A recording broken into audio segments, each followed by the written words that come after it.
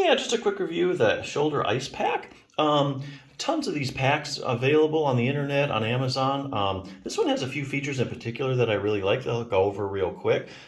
Basically, this one has extended straps. So the straps that Velcro are a little bit longer than normal that you would find in a lot of ice packs, which is good because, if you're barely making it, attaching it to the other side of the Velcro, or you can't do it at all, the ice pack's really no good because the whole point is to get cold delivered and to keep that pack in place because that's where the cold is coming from.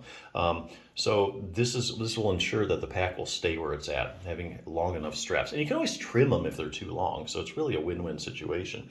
Another thing I like about this one is it has a plush side on the inside that touches your skin, so that'll kind of prevent the buildup of condensation, which is good. Also, if it was just plain plastic, you have a tendency to sweat, when you get against plastic. So it's not really good. So I really like that they put that plush side. They do have 2.9 pounds of gel filling in this. So the more gel filling, the more gel can get cold, so the more cooling you can do. So basically you can get up to 30 minutes of cooling with this one, which is, I think, pretty good. 30 minutes is a good amount of time. So yeah, if you have shoulder pain, you want to cool down your shoulder, maybe you just played a lot of basketball or something, or maybe you had a rotator cuff repair, this would, I think, do a good job of delivering cold to your shoulder. Now, if you are struggling with a rotator cuff problem, this is a good resource. I just want to bring it real quick. The 6-minute torn rotator cuff solution for seniors. It says for seniors, but I mean, high-level athletes could actually get a lot from this because it has a beginning, intermediate, and advanced program. So even if you don't have a rotator cuff problem, well, first of all, if you do have a rotator cuff problem, this will probably answer about every question you ever had about the rotator cuff. And if you don't have a rotator cuff problem, if any kind of shoulder pain, you at least need to be strengthening your rotator cuff. And I'll tell you why. The shoulder is a very shallow ball and socket joint, and it depends very heavily on the muscles to support it. Okay, and so it's not like the hip, which is a deep ball and socket joint. You hear people dislocating shoulders a lot more than hips, and that's why. It's the structure of the ball and socket joint. Instead, the shoulder depends heavily on the muscles to keep it in place.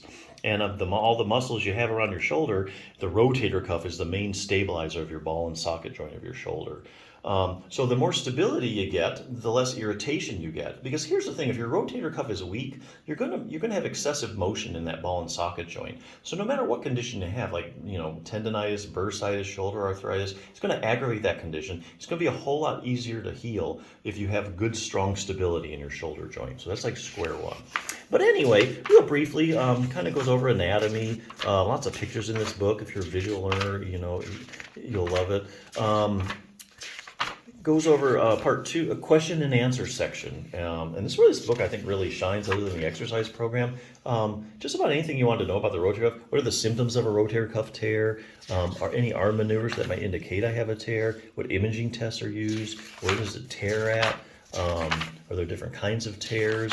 And more practical questions. I have a tear and I'm in a lot of pain. I need surgery, right? Well, that's not necessarily, and I'll tell you why. This is a very evidence-based book, and it uses studies to support its answers. So each one of these squares is a study in layman's term.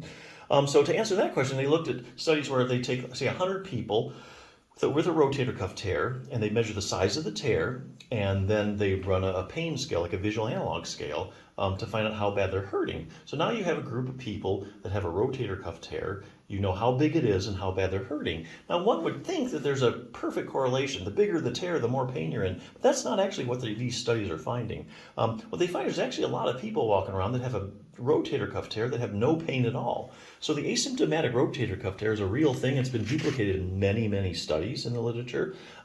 So if you have a rotator cuff tear, it may be asymptomatic, and it may not be the cause of your pain. So the last thing you want to do is jump into like a shoulder or a rotator cuff repair and go through the surgery when really the rotator cuff isn't the cause of your problem. Maybe it's something else causing you the pain.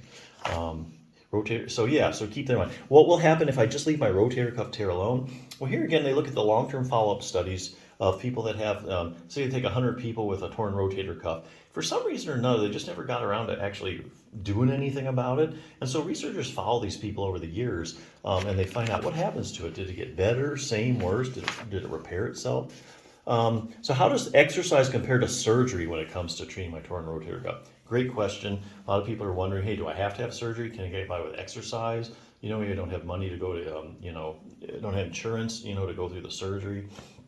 The only way you can scientifically answer that question is by looking at the randomized controlled trials. A randomized controlled trial is the highest form of proof in medicine that a treatment is actually effective.